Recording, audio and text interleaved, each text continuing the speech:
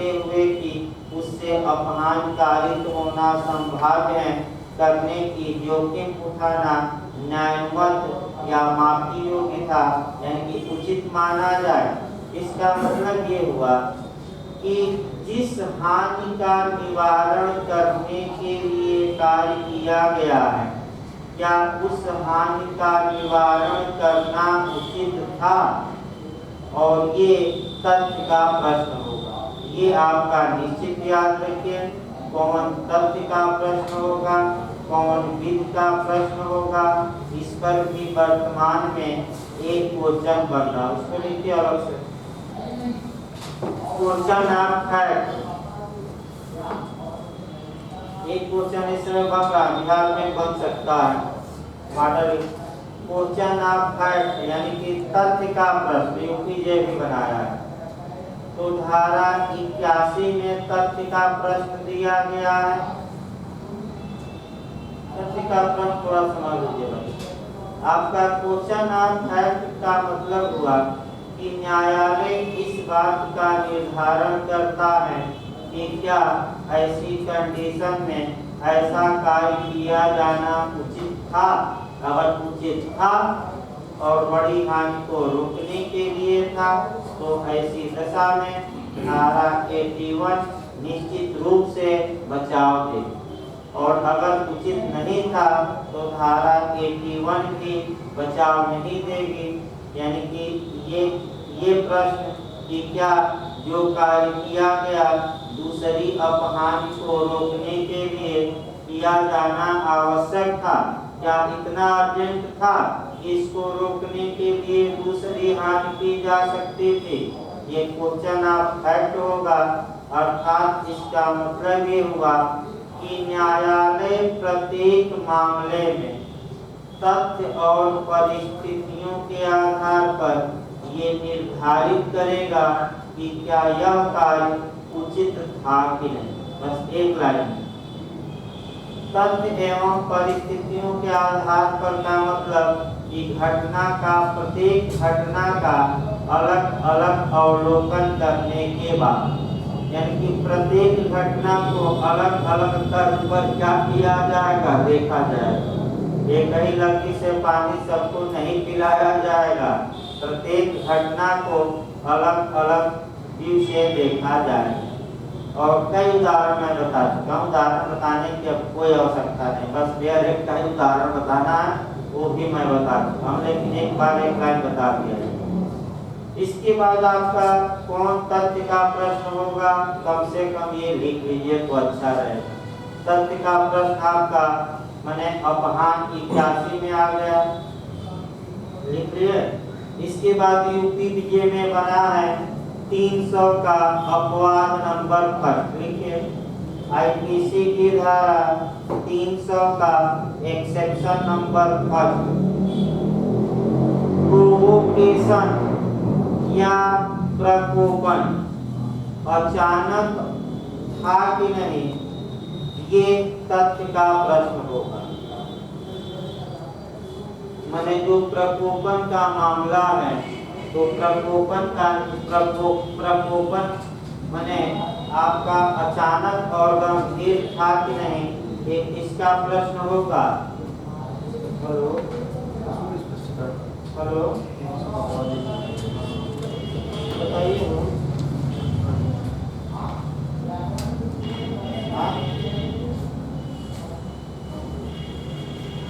ठीक है, उसको बनाइए, शाम को हम मिल लेंगे जाते समय, आज तो 7:30 बजे।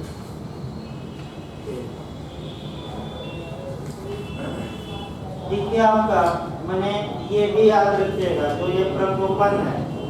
इसके बाद संविदा के लिए समय, ये भी कि सब रिपीटेड क्वेश्चन है आपका। संविदा के लिए जो मैंने समय होता है, टाइम होता है, वह तथ्य का युक्त जो समय है, ये चीजें में पिछली बार आ चुका है। संविदा के लिए पालन के लिए युक्त यानी टेबुल समय, किसका प्रश्न होगा, तथ्य का कि विधि का, कि दोनों का, कि इनमें से कोई नहीं। तो संविधान अधिनियम की धारा 55 याद रखिएगा। ये कौन सा प्रश्न होगा, एक्ट का लिखिए। संविदा अधिनियम की धारा 55 के अनुसार ये आपका 81 से अब तक क्वेश्चन नहीं बना, लेकिन 300 से और आपका 55 से बन चुका। जाकर कीजिए, मैं साल देख लीजिएगा, विश्वास न हो तो नीचे अभी लिखवा रहा हूँ। संविदा अधिनियम की धारा 55 के तहत संविदा पालन के लिए युक्त समय अर्थात रिजनेबल टाइम, युक्त समय तथ्य का प्रश्न होगा, क्वेश्चन ऑफ एक्ट होगा।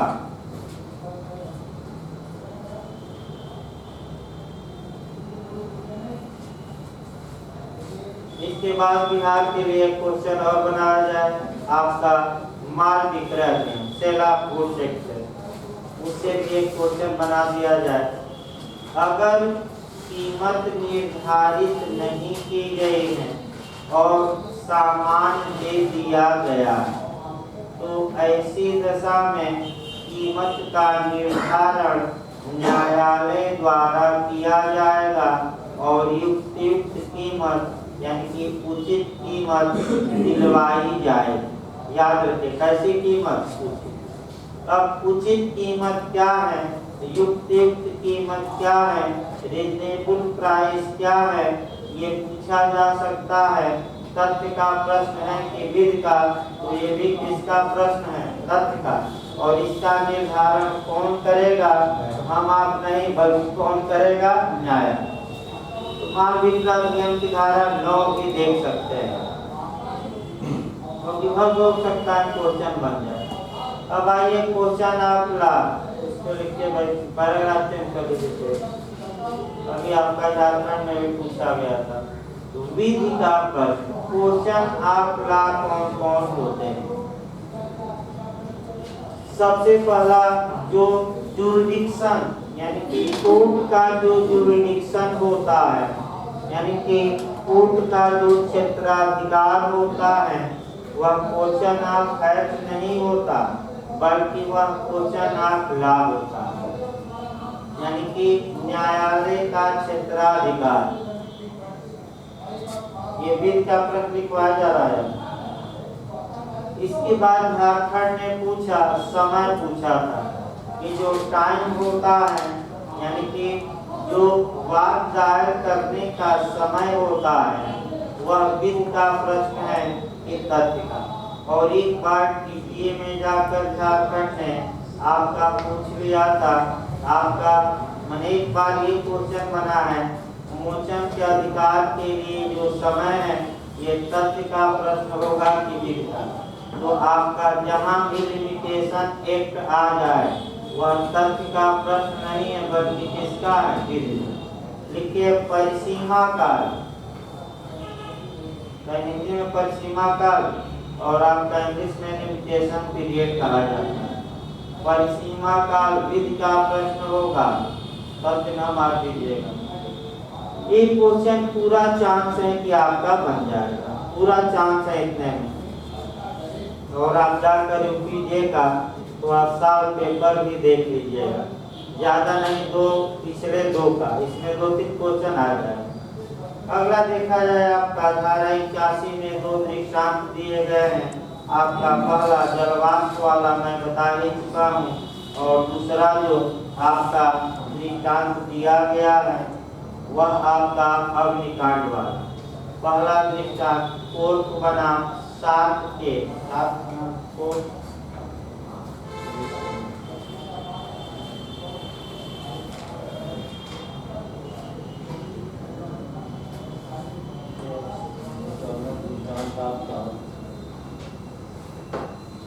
आप पहला जो आपका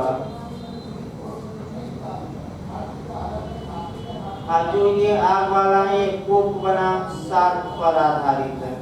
देखिए दोनों दृष्टांत वैसे मैं बता चुका हूँ। पहला मैं बताया था कि एक बड़ी जहाज जा रहा है और सामने से अचानक 2 छोटी-छोटी नौकाएं आ जाती हैं।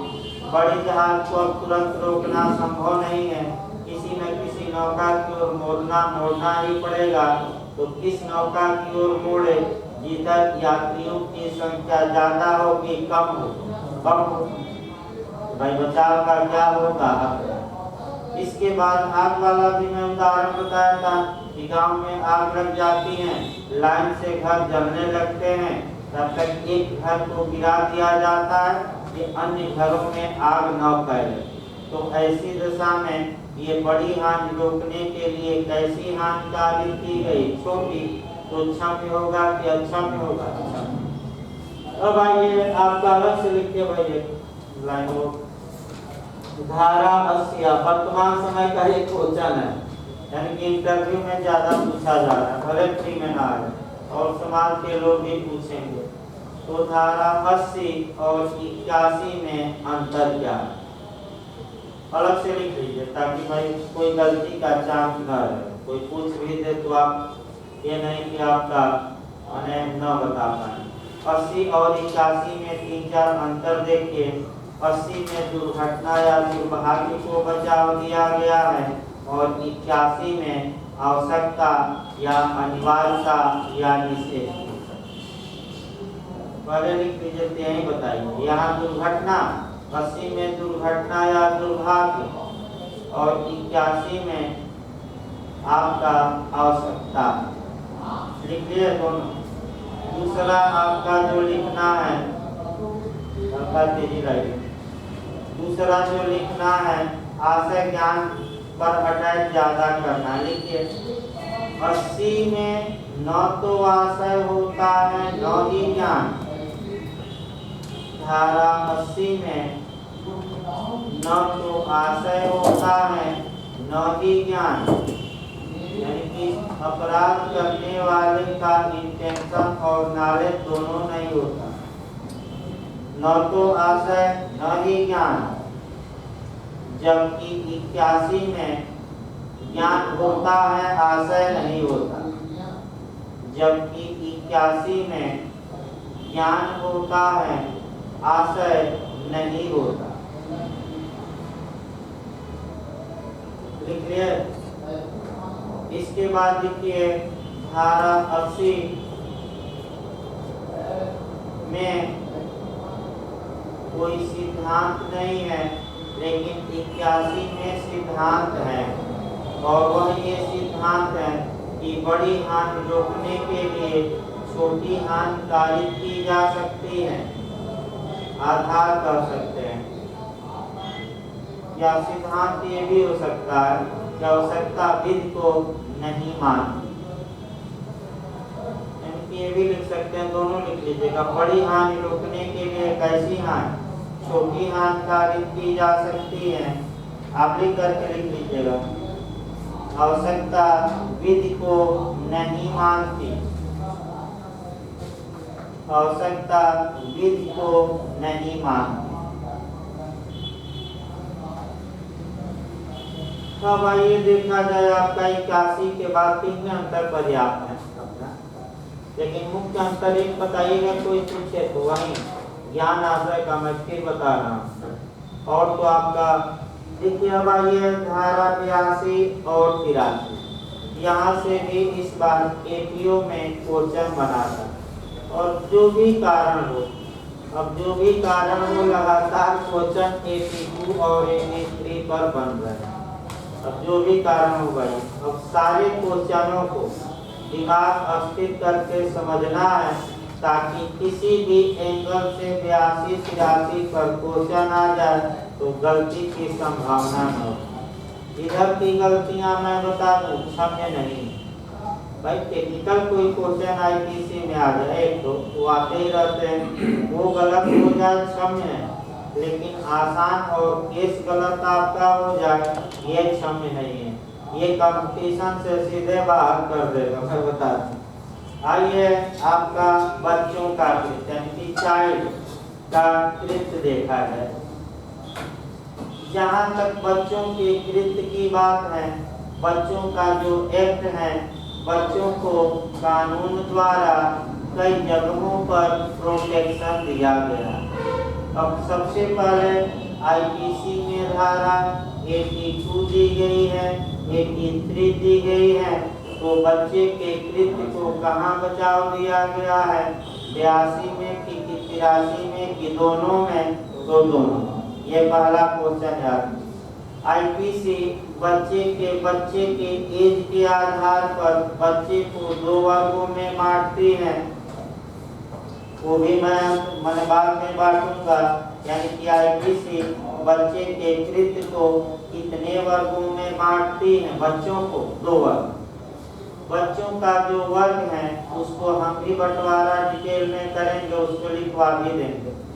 लेकिन बालकों को क्यों किसी भी कानून में बालकों को या जो अप्राप्त वय हैं या माइनर को या छोटे छोटे बच्चों को क्यों डिफेंस दिया जाता है या क्यों उन्हें बचाव दिया जाता है, और बालक के बारे में कौन कौन कानून है और उनका इरादा क्या है कानून का, आईपीसी में क्या है, सीआरपीसी में क्या है, संविधान में क्या है, कॉन्ट्रैक्ट में क्या है। तो एक एक लाइन आपको जानना पड़ेगा। सब जगह भले 5 मिनट लगे।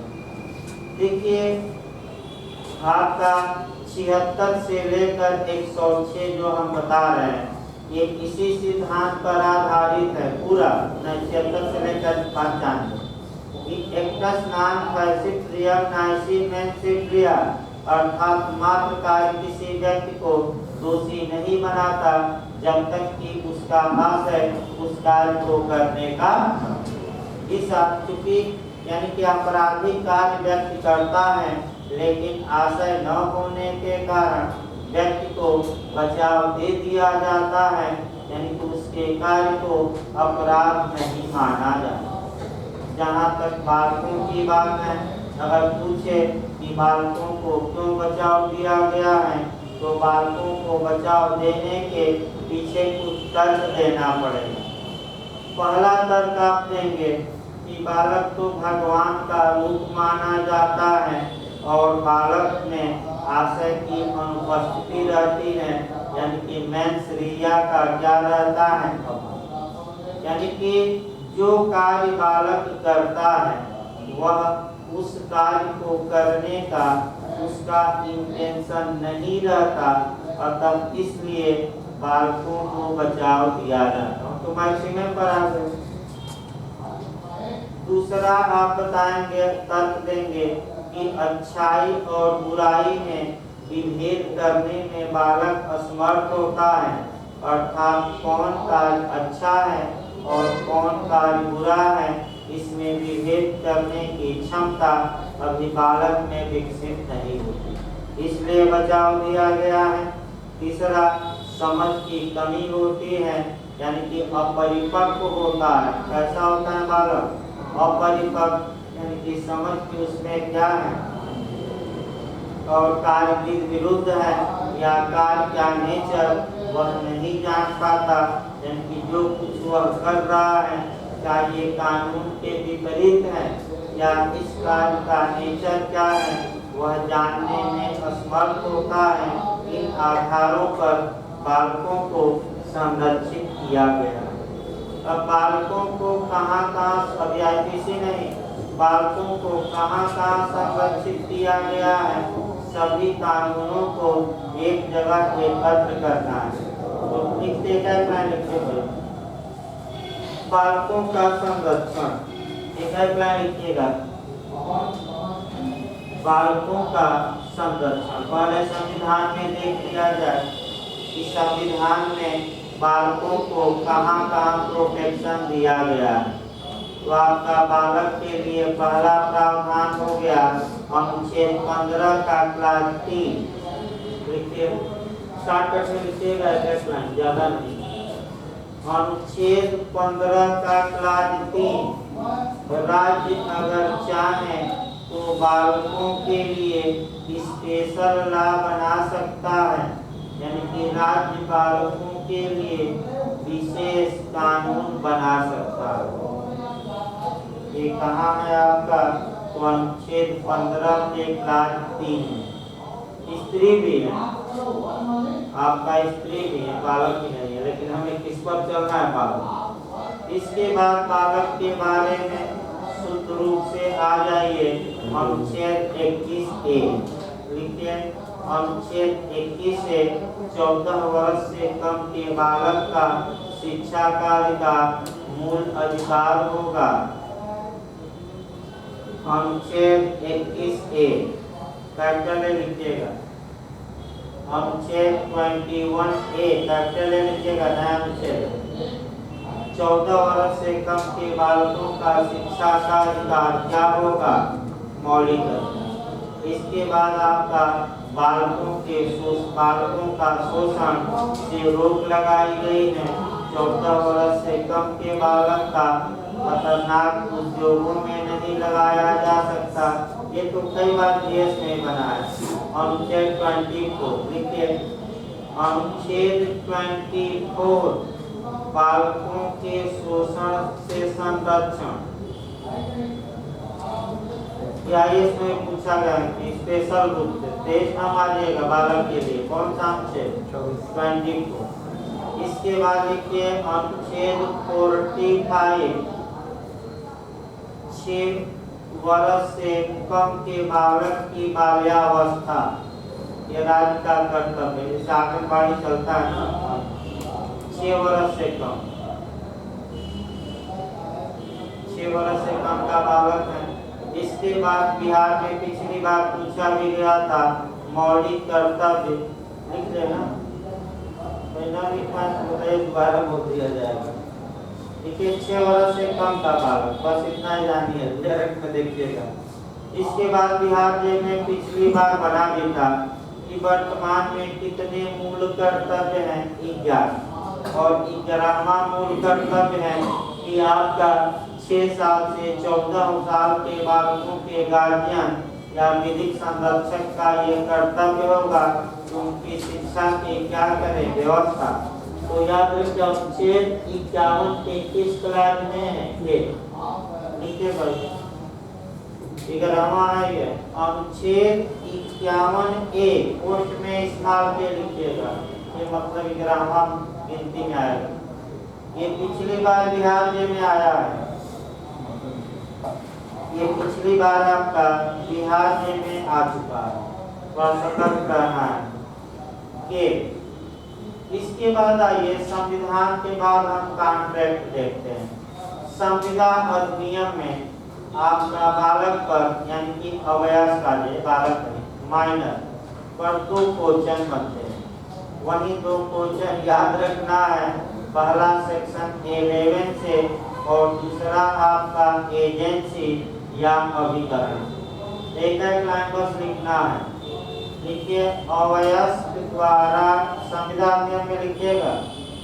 संविधान अधिनियम की धारा 11 के तहत सेक्शन वेट करते रहिए।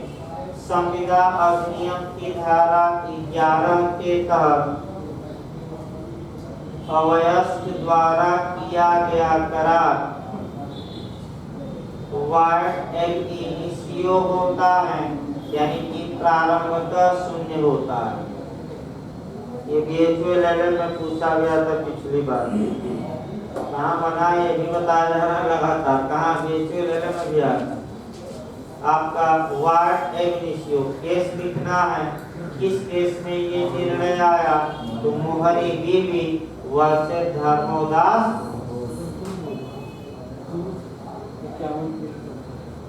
लिखिए भाई, संविधान अधिनियम की धारा 11 के तहत ये बताया गया था। संविधान अधिनियम की धारा 11 के तहत अवयस्क द्वारा किया गया करार वाइड एब इनिशियो। भाई वाइड एब इनिशियो लिखिएगा, इंग्लिश वर्जन जरूर। प्रारंभतः शून्य, शुरू से शून्य, आरंभ से शून्य, वाइड एब इनिशियो होता है। इसलिए ऐसा निर्णय केस लिखिए। ऐसा निर्णय मोहरी बीबी वर्सेस धर्मोदास घोष। ऐसा निर्णय मोहरी बीबी वर्सेस धर्मोदास घोष के बाद में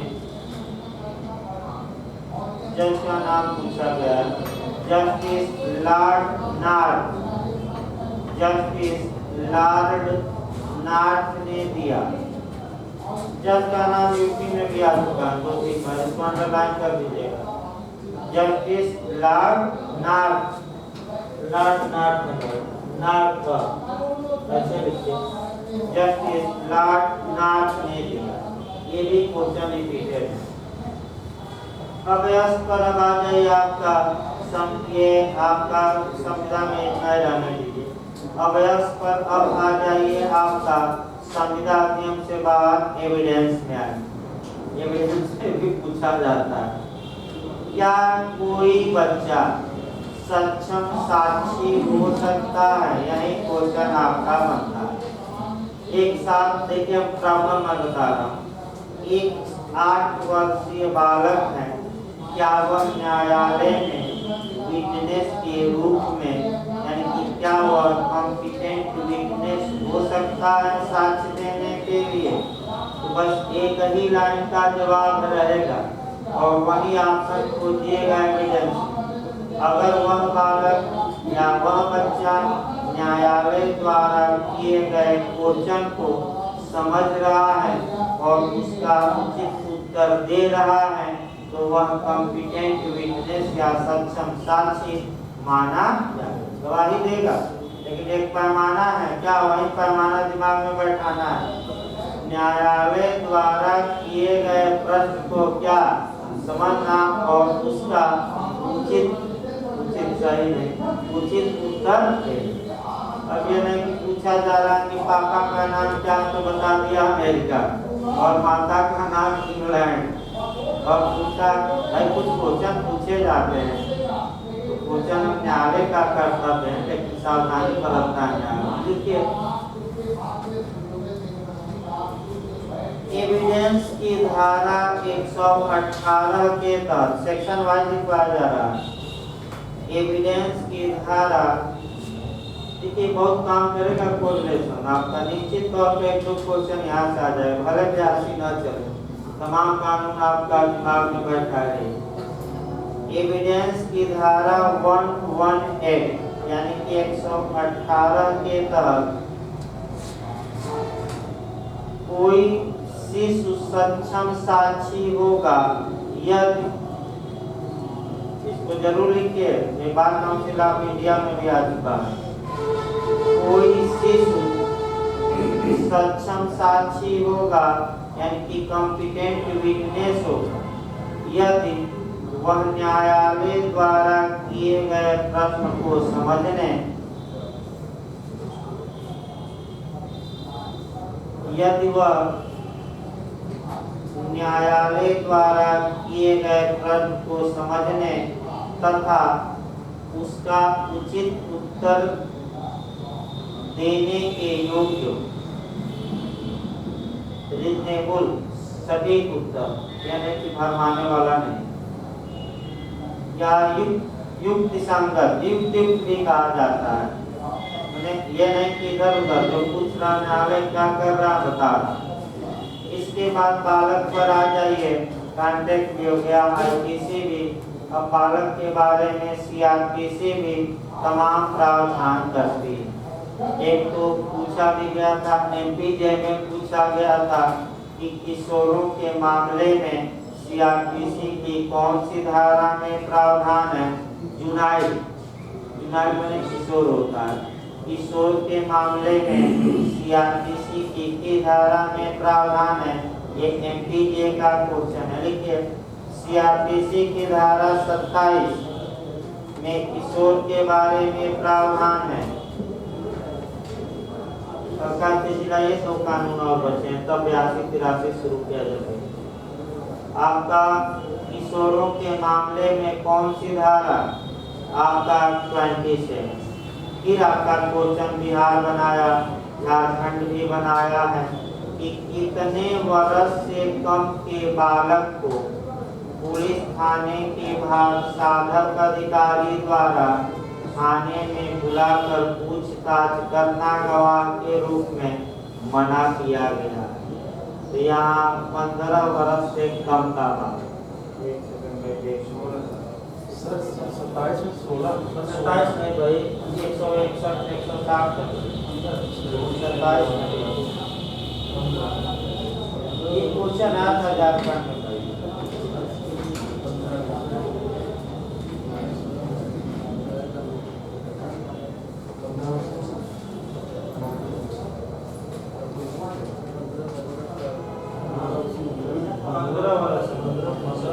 लिखिए सीआरपीसी की धारा 160 के तहत 160 ये आ चुका है झारखंड के में, इसको अंडरलाइन कर दीजिएगा, रिपीट कर सकता है। सीआरपीसी की धारा 160 के तहत 15 वर्ष, इसीलिए गलत होता है कि या तो लोग 16 मारते हैं या 18, और देखिए 15, 16, 14, 15, 16, 18 यही ऑप्शन देगा कि कितने वर्ष से कम, और लोग गलत करके ही आते हैं। हम भी थोड़ा बहुत संदेह था तो देखा गया डायरेक्ट में, यहाँ गलती ज्यादा होती है। लिखिए सीआरपीसी की धारा 160 के अनुसार 15 वर्ष से कम के बालक को थाने पर पूछताछ के लिए नहीं बुलाया जाएगा।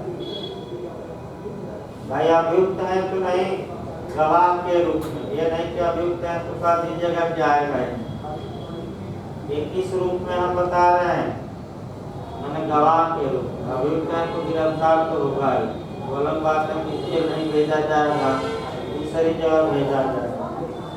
इसके बाद बालक को एक और बताते हैं तब आपका इसी शुरू किया जाए। पार्टनरशिप एक्ट में पूछा जाता है, बिहार में चांस है आने का, क्या कोई अवयस्क भागीदार हो सकता है? तो आपका जवाब रहेगा नहीं हो सकता, लेकिन धारा 30 के अनुसार वह भागीदारों की सर्वसम्मति राय से भागीदारी में लाभ प्राप्त कर सकता है। भागीदार नहीं हो सकता क्योंकि भागीदारी पार्टनरशिप किससे उत्पन्न होती है? करार से, और अवैध करार कर ही नहीं सकता तो भागीदार क्या? इसको लिख लीजिए। भागीदारी अधिनियम 1932 की धारा 30 के अनुसार लागू चल रहा है का एक और कानून बताना पड़ेगा। देखिए अभी भागीदारी अधिनियम 1932 की धारा 30 के अनुसार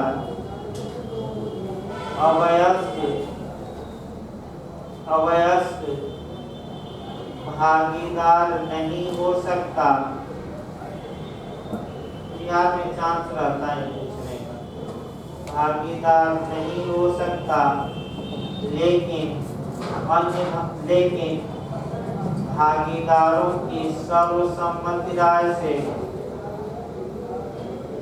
लेकिन भागीदारों की सर्वसम्मति राय से वह भागीदारी में लाभ में अंश पा सकता है। बेनिफिट में, हाथ में नहीं, सतर्क रहे, केवल किस में? लाभ में। वो भी जितने भागीदार हैं वो क्या हो जाए? बहुमत नहीं, कैसी रहा? हाँ, वो भी सतर्क रहे, सर्वसम्मत। यही सब क्वेश्चन भाई क्योंकि बिहार में है, पर नहीं चलेगा तो कुछ लाभ उसमें भी हो जाए। भाई पढ़ रहे हैं, इसका मतलब ये नहीं हुआ कि बिहार छोड़ दिया जाए। एक हफ्ता बचा है तो इतना तो बता ही दिया जाएगा कि 20-25 क्वेश्चन आपका क्या करें, रट्टा रटाया आ जाए। समय कम है तो भाई नए लोगों को और बताया जाता, लेकिन फिर भी मैं प्रयास इधर कर रहा हूँ कि कोई लेट ऐसा किया जाए कि जो लोग बिहार जेल देने जा रहे हैं उनका भाई फ्री हो पाए कम समय में। आइए बालकों का वर्ग बांट लीजिए भाई, बालकों का एक चार्ट बना लीजिए, ये भी कभी कभी इंटरव्यू में को पूछा जाता है। बालकों का कानूनी वर्ग बनाइए, 7 वर्ष से कम का बालक, एक बना लीजिए तो 7 वर्ष से कम। एक और 7 वर्ष का बालक, तीसरा 7 वर्ष से अधिक लेकिन 12 वर्ष से कम का बालक, फिर 12 वर्ष या 12 वर्ष से अधिक का बालक किंतु आपका 18 वर्ष तक का और एक हम बनाएंगे 16 वर्ष से लेकर 18 वर्ष।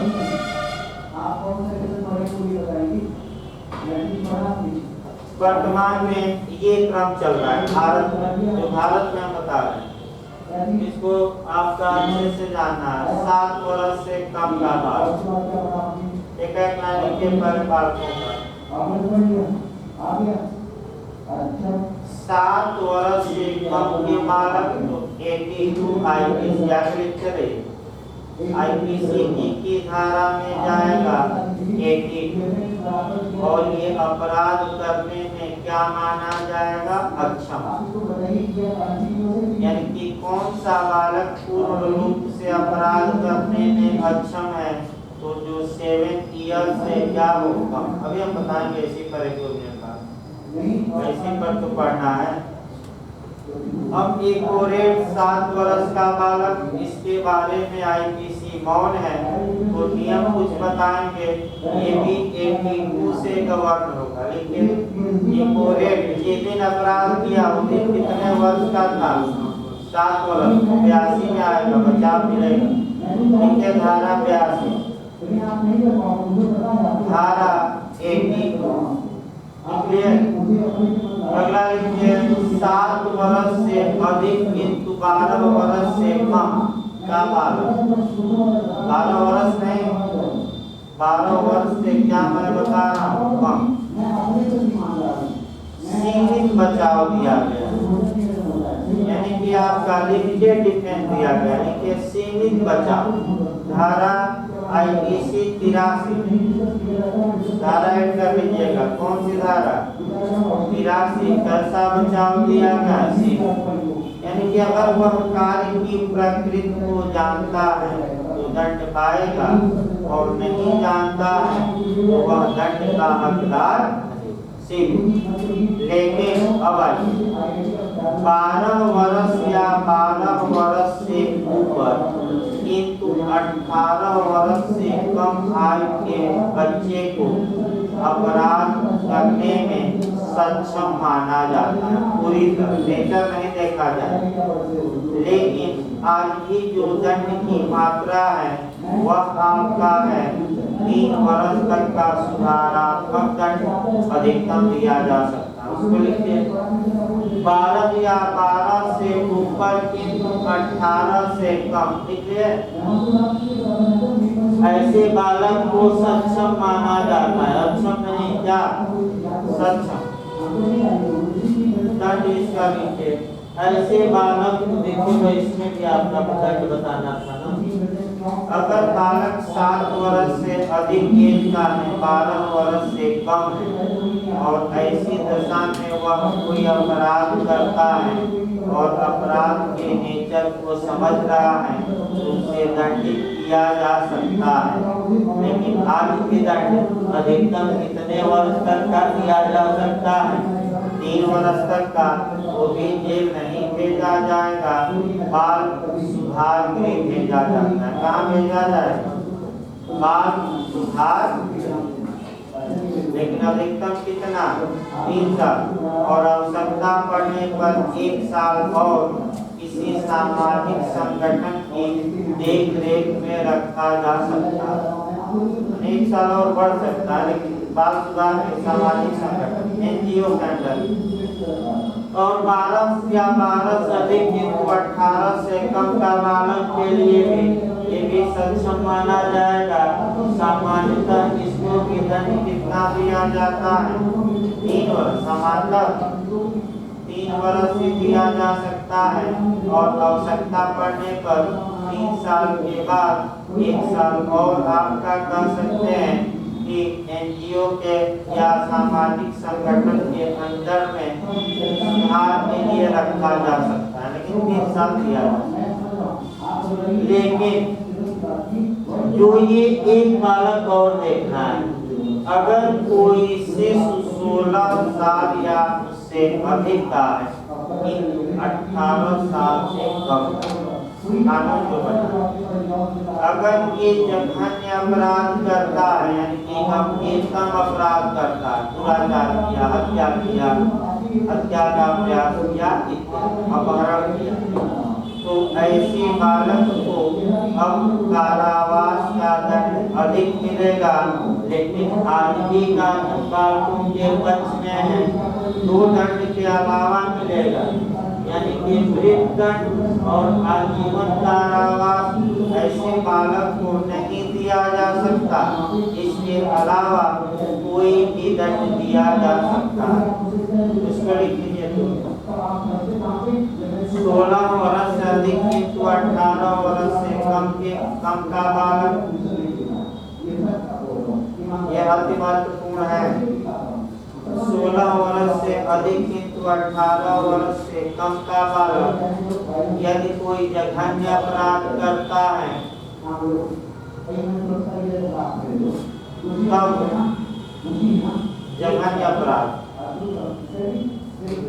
करता है तब उसे मृत्युदंड या आजीवन कारावास के सिवाय, ये नहीं दिया जा सकता, 2 दंड नहीं दिए जाएंगे, मृत्युदंड या आजीवन कारावास के सिवाय अन्य दंड दिए जा सकते हैं।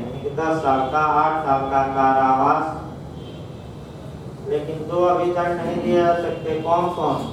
डेथ सेंटेंस और लाइफ इम्प्रिजनमेंट। अब आप लोग सोचते होंगे भाई ये तो देखिए कई जगह पेपर में निकलता है, ये 17 साल के बालक को मृत्युदंड दिया गया जघन्य अपराध के लिए, तो बता दिया जाए कानून का नाम। भाई कानून का नाम जुनाइड जस्टिस एक्ट, यानी कि जुनाइड जस्टिस एक्ट 2015, यानी कि किशोर न्याय बालकों की देख रेख एवं संरक्षण अधिनियम 2015 पारित किया गया है।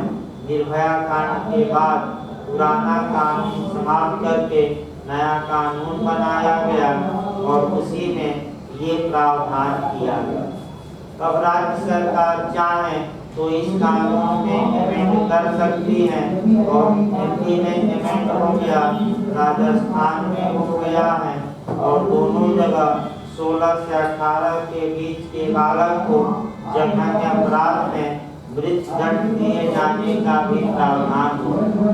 अब यूपी में नहीं हुआ, यूपी में डिमांड चल रही है, लेकिन यूपी में संशोधन, लेकिन केंद्रीय कानून आज भी नहीं है कि मृत्युदंड या आजीवन कारावास आज भी नहीं दिया जाए। यानी कि बालकों का हमने वर्ग बताया, ये 7 वर्ष से कम का बालक, 7 वर्ष का बालक, 7 से 12 का बालक, ये तो आईपीसी से ही कवर हो जाएगा। ये जो बालक है ये आईपीसी में नहीं आएंगे, ये जुनाइड जस्टिस एक्ट 2015 में आएंगे। लेकिन दंड की मात्रा आज भी याद रखिए। अब आइए, आपका ये चार्ट बना दिया गया। एक और बालकों के विरुद्ध अपराध के लिए पास 2 सेक्शन, लैंगिक अपराधों से बालकों का संरक्षण अधिनियम 2000, जहाँ बालकों के प्रति अगर सेक्सुअल ऑफेंस किया जाता है तब वह कानून अप्लाई होता है। नहीं जानना, अब आइए आईपीसी की धारा 82 पर आए और जो क्वेश्चन बनते हैं उसको देखना। देखिए आपका आईपीसी की धारा 82 क्या कहती है कि कोई बात अपराध नहीं है जो ऐसे शिशु द्वारा किया जाए जिसकी आयु 7 वर्ष से क्या कम। इसका मतलब ये हुआ कि धारा 82 में एक दी गई है 7 वर्ष से क्या कम, यानी कि कोई बात अपराध नहीं है जो ऐसे बालक ऐसे शिशु द्वारा की जाए जिसकी एज 7 वर्ष से कम हो, 7 वर्ष से कम। अब इसको जब भी पढ़िए, देखिए आपका कौन कौन धारा को रेड करनी है। आपका सबसे पहले साक्ष्य अधिनियम में हम जाएंगे और साक्ष्य अधिनियम की धारा 4 पढ़ेंगे। देखिए कैसे को देखो। उसके बाद डोली इनकैंडेंसी डोली इनका टैक्स का मतलब इस बार के एपीओ में आया था पंचम गुड़िया। पंचम गुड़िया की हम देखेंगे।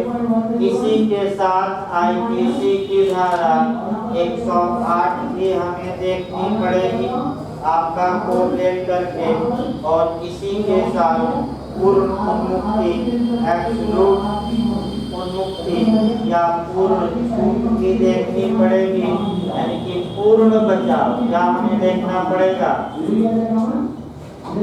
आप पढ़े हुए ठीक है, लेकिन आपका किस एंगल से पढ़ना है ये भी याद रखिए।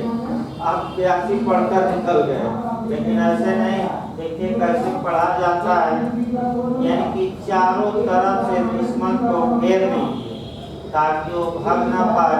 जैसे कश्मीर में आतंकवादियों को सेना चारों तरफ से क्या करती है, घेर लेती है, कहीं छितर न रहे।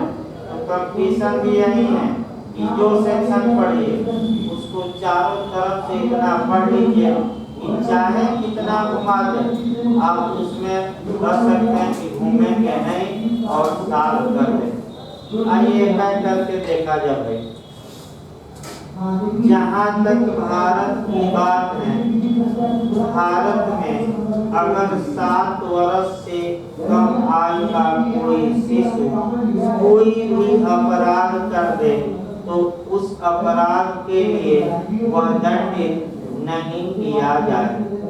इसका मतलब ये हुआ कि ऐसे बालक को कानून पूर्ण उन्मुक्ति देता है। तो पहला क्वेश्चन, धारा 82 वाले बालक को पूर्ण उन्मुक्ति, पूर्ण बचाव में किसी में पूर्ण बचाव का मतलब ये हुआ कि अगर किसी बालक के खिलाफ एफआईआर दर्ज की गई, मुकदमा चल रहा है, तो बालक का वकील केवल ये साबित कर दे कि हजूर जिस दिन ये बालक अपराध किया था इसकी एज 7 वर्ष से कम थी। तो ऐसी दशा में उस बालक को हर हाल में मुक्त किया जाएगा, दोष मुक्त किया जाएगा, एक्विटल किया जाएगा, अर्थात बाइज्जत बरी कर दिया जाएगा। ये कंक्लूसिव प्रूफ है, ये निश्चायक उपधारणा है। अब आइए निश्चायक उपधारणा, यानी कि यह अकाट्य तर्क है, निर्विवाद प्रमाण है, निश्चायक सबूत है कि 7 वर्ष का कम का बच्चा अपराध करने में सक्षम नहीं है। आप लाभ दिखाइए, इस तर्क को काटा नहीं जा सकता। और निश्चायक सबूत की परिभाषा साक्ष्य अधिनियम की धारा में दी गई है आपका 4। अब कैसे कंक्लूसिव प्रूफ होगा, एक उदाहरण द्वारा समझने का प्रयास करिए। मान लीजिए ये अभियुक्त है और यह 6 वर्ष का है, इसने कोई मर्डर कर दिया और इस पर आपका हत्या का आरोप लगाया। अब ए के वकील बी थे, बी ने ये साबित कर दिया न्यायालय में कि हजूर जिस तारीख को बच्चे ने अपराध किया उस तारीख को यह बच्चा कितने वर्ष का था, 7 वर्ष से कम यानी कि 6 वर्ष का था। ये एक बात प्रूफ हो गई न्यायालय में, तो न्यायालय इस आधार पर प्रिज्यूम करेगा, अनुमान निकालेगा और अनुमान ये निकालेगा कि बच्चा अपराध करने में क्या है, सक्षम नहीं, क्या है, अच्छा।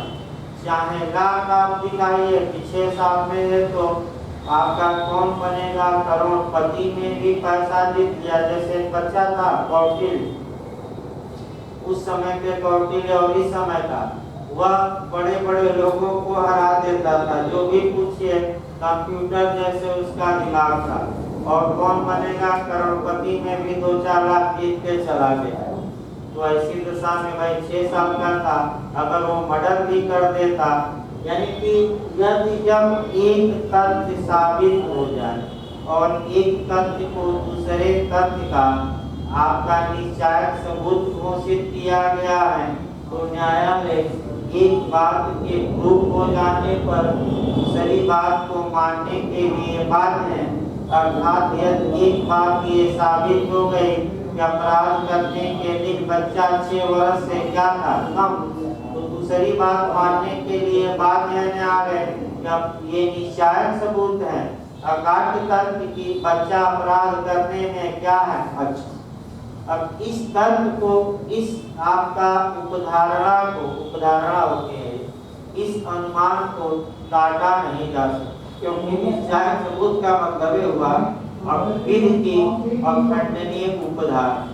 यानी कि राम सिखाइए 6 साल में बड़े बड़े लोगों को मार दे दिया, कोई ऐसा नहीं, क्योंकि मात्र एक तर्क की बच्चा 7 वर्ष से क्या था कम था, वह हर हाल में बचाव का हकदार होगा और आपका बच्चे के खिलाफ कोई तर्क काम आएगा कि नहीं, नहीं आएगा।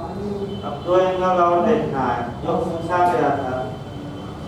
आइए डोली इनका टेक्स्ट देखा है। इस बार यूपीएससी में आया था कि डोली इनका टेक्स्ट का सिद्धांत किस धारा में समाहित है, तो इसको समझने का प्रयास करिए। 7 वर्ष से कम के बच्चे को डोली इंटरटेक्स कहा जाता है और क्योंकि 7 वर्ष से कम के बच्चे के बारे में प्रावधान आपका आईपीसी की धारा 82 में दिया गया है, अतः ऐसी दशा में डोली इंटरटेक्स का सिद्धांत कहाँ समाहित हो गया 82। डोली इंटरटेक्स कितने से कम के बच्चे को कहा जाएगा, जो 7 वर्ष से क्या हो कम। डोली इंटरटेक्स का शाब्दिक अर्थ हुआ अक्षम गुड़िया। डोली माने अक्षम, डोली माने गुड़िया, इंटरटेक्स माने अक्षम, यानी कि इसको लीगल भाषा में हुआ अपराध करने में अक्षम बालक, लीगल भाषा में इसी को अपराध करने में अक्षम, इसी को डोली इंटरटेक्स कहा जाता है। और ये जरूर याद रखें, तीनों एंगल हमने बता दिए। अगला आपका 108 से देखना है बच्चे पर, बहुत अच्छा क्वेश्चन बनता है।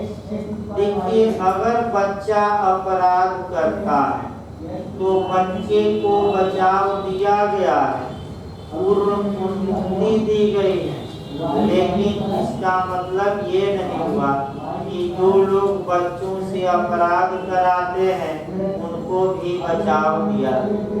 अर्थात बच्चों से अपराध कराने वाले दंड के भागी होंगे, लेकिन ऐसा बच्चा बचाव का क्या होगा हकदार। आइए सबसे अच्छा उदाहरण 108 में देखिए, वो पूछा जाता है ओके भाई।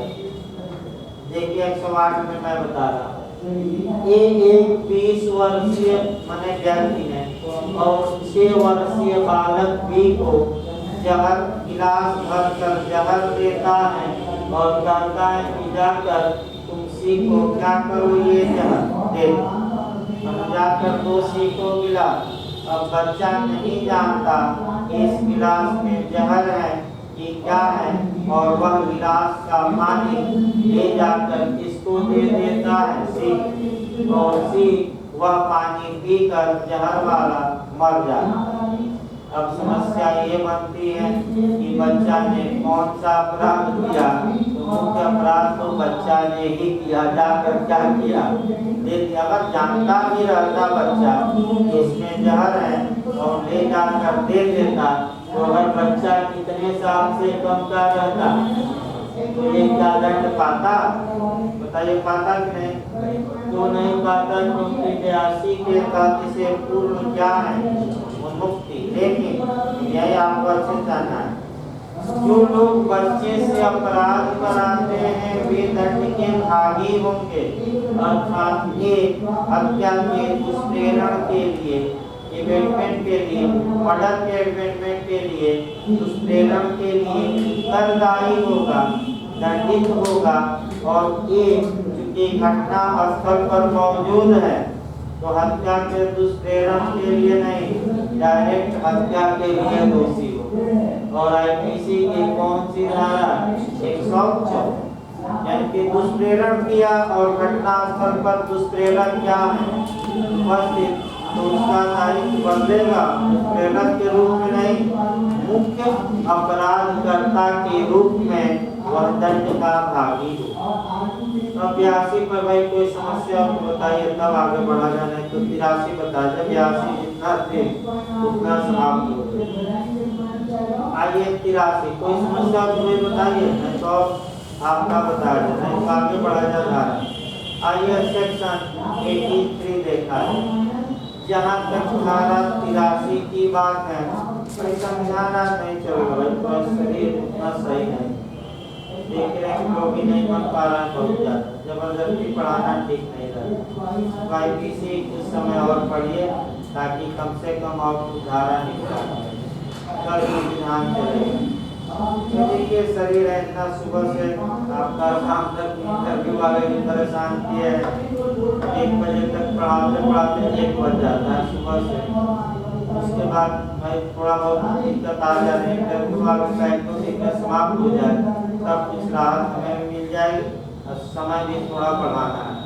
बस थोड़ा 1-2 दिन और बच्चा उनका निपटा दिया जाए, हो सकता है कल निपट जाए, तो उनको भी देखना है लास्ट में कैसे छोड़ दिया जाए, ये भी समस्या है। तो आइए देखिए 83 भी अच्छा क्वेश्चन बनता है। 7 व 83 आपका पहले सिद्धांत देखिए, जो बच्चा धारा 83 में है, और रखना देखिए कुछ सिद्धांत देखिए। देखिए क्वेश्चन आपका 82 में आप लोग भी नहीं बताए, इंग्लैंड से पूछा जाता है कभी काल को लेकर, और इंग्लैंड में और भारत में 1-2 बार पूछा गया है। इंग्लैंड में जो एज है वह 10 साल, उसको अलग से क्या लिखिए, तो 82 पर ही लिख देना है कि इंग्लैंड में एज कितना है, 10। इंग्लैंड में बड़े बच्चों छोटी बच्चा है 10 साल, लेकिन भारत में नहीं। अर्थात एक आप देख सकते हैं यहाँ भी विभेद लॉर्ड मैकाले ने कर दिया, जब भारत किसी बनाया तो 7 वर्ष से केवल कम के बच्चे को मुक्त किया, और उनके यहाँ 10 वर्ष है, यानी कि वहाँ 10 वर्ष और यहाँ कितना है, वहाँ 10 साल का बच्चा दंडित नहीं होगा, 10 साल से कम, और भारत में 7 साल। आइए 83 देखा जाए, जहाँ तक धारा 83 की बात है, धारा 83 में जो नियम बना, जो कानून कहता है कि 7 वर्ष से अधिक आयु का शिशु, किंतु 12 वर्ष से कम आयु का शिशु, यानी कि धारा 82 7 वर्ष से अधिक के शिशु और 12 वर्ष से कम के शिशु के बारे में सावधान करती है। तो ऐसा शिशु अपराध करने में सक्षम माना जाता है, अक्षम न मार दीजिए। ऐसा शिशु ऐसे देखिए, ऐसा शिशु अपराध करने में सक्षम माना जाता है, इसे डोली कैंडेक्स कहा जाता है।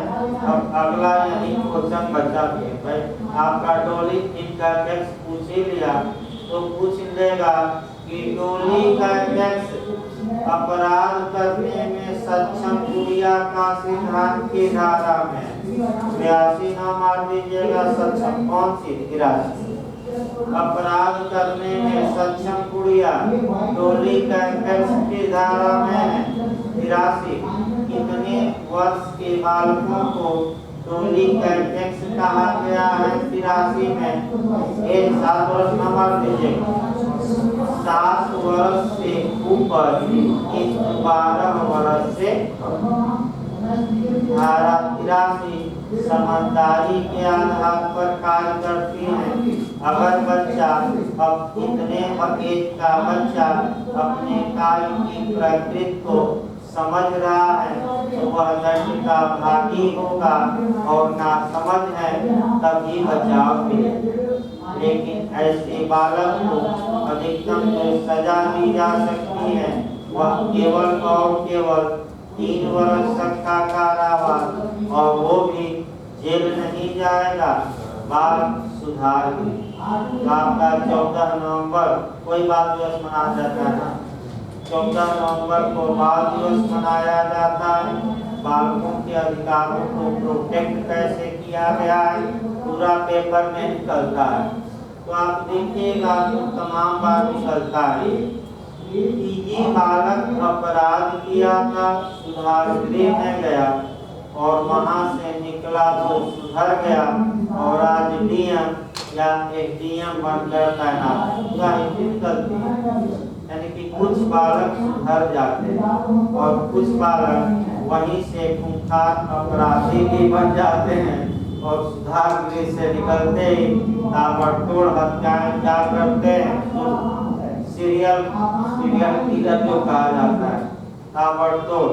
भाई वो तो आपका कर सकते हैं कि कुछ सुधर गए कुछ बन गए। हाँ, ये है कि जो सर्विस में अड़ंगा आता है वह अगर बालक था और बालक दोषित किया गया था तो सर्विस में उस कारण से कोई समस्या नहीं आती, यही याद रखिए। नहीं तो डीएम एडीएम कहाँ से बनते, तो सर्विस में कोई अड़ंगा नहीं आता। वैसे भी बालकों के लिए कानून उदार है, दंड भी कायम करना बता और सरकार उसके सुधार के लिए आपका पैसा भी दे। आइए निर्भया कांड एक मैं बता दूं तब फिर आपसे। निर्भया कांड में जो बालक था, एक बालक वही फांसी से बच गया, वह 3 साल का सुधारात्मक दंड पाया। उस समय 18 था, ये एक्ट सन 2000 का। 3 साल का, इसके बाद 1 साल तक उसे एनजीओ के अंडर में रखा। 4 साल के बाद वह छूट गया। निर्भया के माता पिता सुप्रीम कोर्ट पहुंचे और कहे कि हजूर ये बालक की सबसे ज्यादा क्रूएल्टी बढ़ता था, सबसे ज्यादा क्रूरता बढ़ता था, इसका छूट जाना अच्छा नहीं माना जाए। अतः आप कुछ ऐसा करिए जिससे ये बालक जेल में रहे। तो सुप्रीम कोर्ट ने हाथ जोड़ लिया, भाई बिना बिल के हम किसी की दैहिक स्वतंत्रता को कैसे छीन सकते हैं। हम भी कानून से बात है, कानून नहीं, कानून से बाहर जाकर हम कैसे सजा, ये थोड़ा कि मनमाना सजा दे देगा, ये नहीं है। कानून में जितनी सजा है उतनी तो हम भी दे सकते हैं, कानून से बंधे हैं। हम भी चाहते हैं कि बालक जेल में रहे, लेकिन हमारे पास इस बारे में कोई कानून ऐसा नहीं। तो केंद्र सरकार और राज्य सरकार ने बालक को पैसा दिया, पैसा देकर गांव भेजा। देखिए गांव में लोग लाठी बलम भाला लेकर आ गए और कहे कि पैसा यहाँ बालक दुकान नहीं खोलेगा, ये होगा कि दुकान खोलकर व्यवसाय चलाए। सरकार पैसा देती है, लेकिन वहाँ सब कहाँ है बालक, इस बात की आपको सूचना के अधिकार के तहत की जानकारी नहीं मिलेगी, क्योंकि उसके जान को क्या हो सकता है खतरा। आज भी किसी को पता नहीं कि बालक कहाँ है।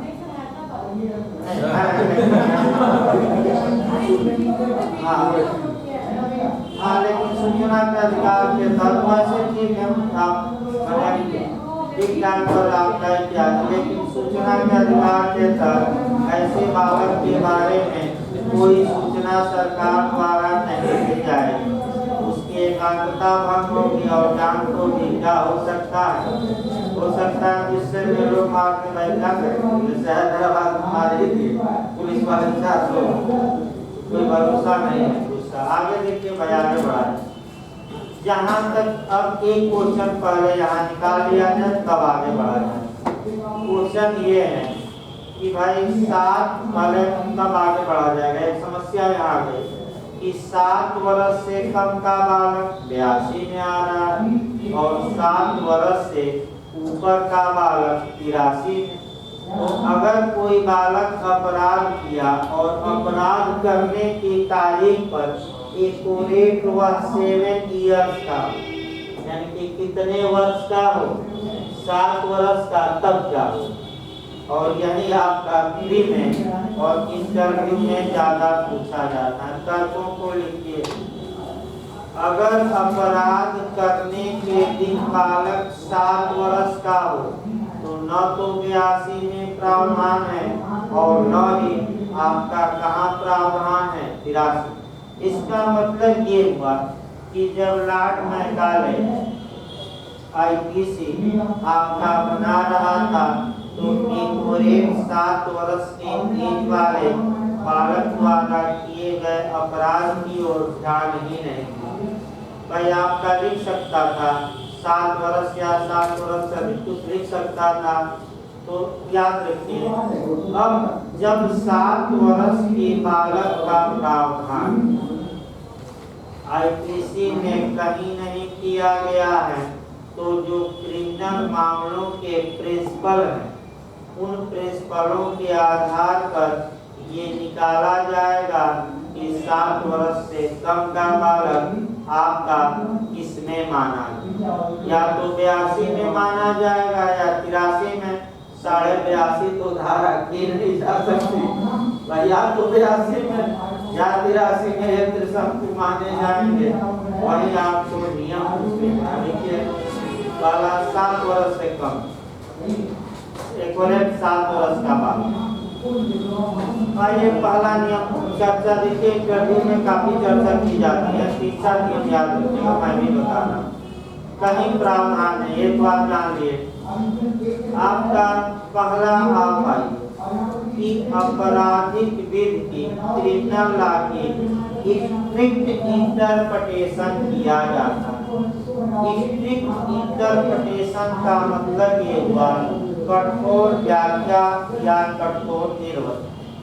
इसका मतलब कि जब 7 वर्ष से कम 82 में लिखा है तो 7 वर्ष नहीं माना जा सकता, और जब 83 में 7 वर्ष से अधिक लिखा है तो 83 में भी 7 वर्ष नहीं माना जा सकता। ये नियम याद रखिए। लेकिन कठोर व्याख्या की जाती है आपराधिक मामलों की, पहला नियम ये, अगर कठोर व्याख्या में कहीं भी आपका संदेह, यानी कि कहीं भी आपका संदेह हो तो उस संदेह का बेनिफिट अभियुक्त को दिया जाता है। अगला दंडिक विधियों की आपराधिक विधि की कठोर व्याख्या की जाती है।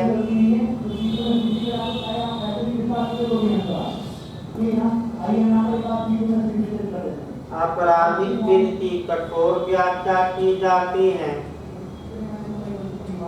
तथा संदेह का लाभ सदैव अभियुक्त को दिया जाता है। पहला तर्क देंगे, इसलिए बालक को 82 में माना जाएगा। 82 में माना जाएगा, देखिए ऊपर ही लिख लीजिए, थोड़ा ऊपर ही लिख लीजिए। 7 वर्ष से बालक, 7 वर्ष के बालक को 82 में माना जाए। लेकिन किस आधार पर, वो आधार बताए जा रहे हैं, ऊपर कहीं लिख लीजिएगा। तो पहला हमने बताया कि कठोर व्याख्या की गई और संदेह उत्पन्न हुआ तो किसको लाभ मिला, आपका बालक को। दूसरा देखिए लीगल फ्लॉपी, लिखिए लीगल फ्लॉपी या विधिक त्रुटि या विधिक गलती। लीगल फ्लॉपी का लाभ सदैव अभियुक्त को दिया जाता, इसको कहते हैं विधिक त्रुटि। लीगल फ्लॉपी या विधिक त्रुटि का लाभ सदैव किसको दिया जाता है, अभियुक्त को।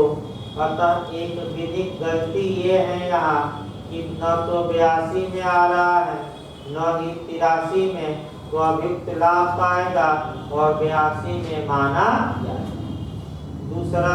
तीसरा आइए नियमनिष्ठ निर्वचन, देखिए पूरा वाक्य लिखिए भाई। दांडिक विधियों का यानी कि क्रिमिनल लॉ का नियमनिष्ठ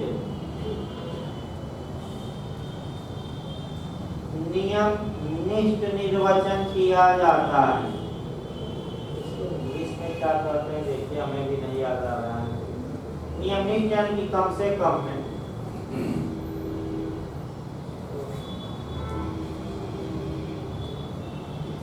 नियमनिष्ठ यानी कि कम से कम। इसको इंग्लिश वर्जन देखिए, हमें भी यह याद नहीं आ रहा है नियमनिष्ठ को क्या कहते हैं।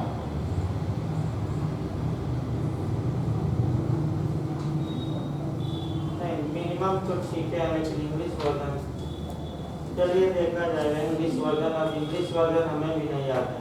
नियमनिष्ठ का मतलब समझिए थोड़ा।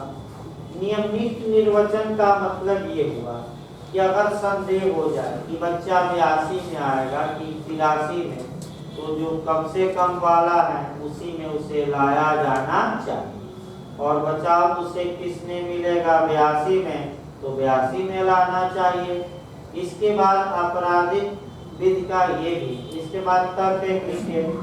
हरि सिंह गाँव एक विद्वान का तर्क दीजिएगा। सर नॉर्मेटिव, नॉर्मेटिव, नॉर्मेटिव देख लेंगे भाई, हमें भी नॉर्मेटिव हो सकता है, नियम नहीं देख लेंगे हम। अगला लिखिए भाई। डॉक्टर हरि सिंह गौड़ ने ऐसे बालक को 82 के तहत संरक्षण की बात की है। मैंने एक विद्वान का तर्क देंगे, अपना तर्क तो हो ही गया। एक विद्वान का तर्क, आपका डॉक्टर हरि सिंह गौड़, आपका बताया गया था 81 में भी हरि सिंह गौड़ का उदाहरण, और वह उदाहरण अगर आवश्यकता में फिर याद रखिए, वहाँ भी आपको याद रखना है 81 बताया गया था भाई कि अगर डॉक्टर के पास ये विकल्प हो, या तो माँ को बचा सकता है या बच्चे को, और डॉक्टर ने बच्चे को मारकर माँ को बचा लिया, तो डॉक्टर ने कोई अपराध नहीं किया, क्योंकि बड़ी हानि रोकने के लिए डॉक्टर ने कैसे हानि कर दी, छोड़ दी। ये भी आपका हरि सिंह गौड़ का। और पटरा वाला उदाहरण याद रखिएगा, कौन दिया है, कल ही बताया गया स्टीम में भाई, याद रखिए कौन दिया। पटरा तक पटरा मन समुद्र में स्टीम। यानी हमने कुछ तर्क बताए, देखिए कहीं दिया नहीं है, तर्कों पर कसौटी पर। अगर ये दे दें कि 7 वर्ष का बच्चा मैंने 7 वर्ष का बच्चा 82 में माना जाएगा, 83 में माना जाएगा, न्यायालय के विवेक पर निर्भर करेगा, इनमें से कोई नहीं। तो स्पष्ट रूप से विवेक पर न जाइएगा, 82 में मारिएगा। क्यों मारेंगे? क्योंकि जो क्रिमिनल मामलों के सिद्धांत हैं, उन सिद्धांतों से बाहर न्यायालय नहीं जा सकता। भाई कल और पढ़ाया जाएगा आपका 84 भाई पढ़ कर आइएगा। 84 आपका पावर का भी, यानी कान पॉइंट का भी 3-4 जगह से मैं बता दे रहा हूँ कौन कौन पढ़ कर आइएगा सेक्शन। कल पढ़ कर आइए। आईपीसी की धारा 8498 इसको सीखिए। ये तो 83 आपका सभी 10 मिनट है, लेकिन मैं ग्रुप से 84 चलेगा। आपका 84 और 98 ये 2 धाराएं पढ़नी आईपीसी। कॉन्ट्रैक्ट में 11 और 12 हल्का होगा।